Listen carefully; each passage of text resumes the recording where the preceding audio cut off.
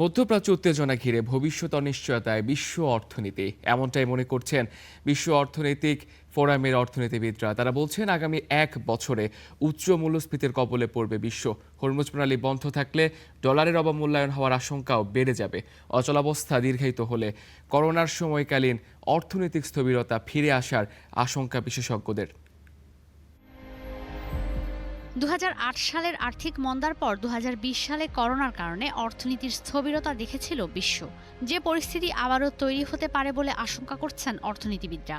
মূল্যস্ফীতি, প্রবৃদ্ধি, ঋণ সহ বিশ্ব অর্থনীতির বিভিন্ন সূচক এবং অর্থনীতিবিদদের মতামত নিয়ে এক প্রতিবেদন প্রকাশ করেছে বিশ্ব অর্থনৈতিক ফোরাম, যেখানে বলা হচ্ছে হরমুজ প্রণালী বন্ধ থাকলে আগামী 12 মাসে বিশ্ব অর্থনীতি আরও দুর্বল হবে।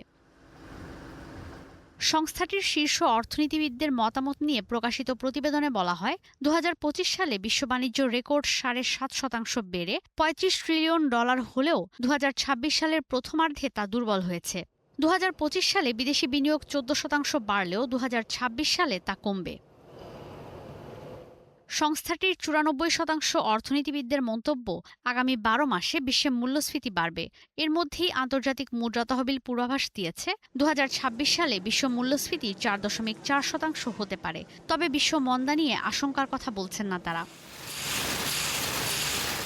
এদিকে ডলারের মানের অবমূল্যায়ন নিয়ে শক্তিশালী বিবৃতি তাদের।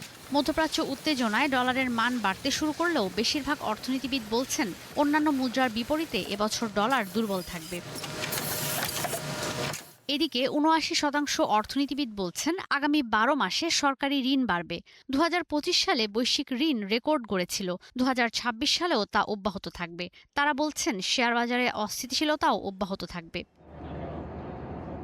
সব মিলিয়ে হরমুজ প্রণালী যদি 2026 সালের বাকি সময়টা বন্ধ থাকে, বিশ্ব অর্থনীতি সেই ভয়াবহতা দেখতে পারে যা 2020 সালে করোনা মহামারীর সময় হয়েছিল।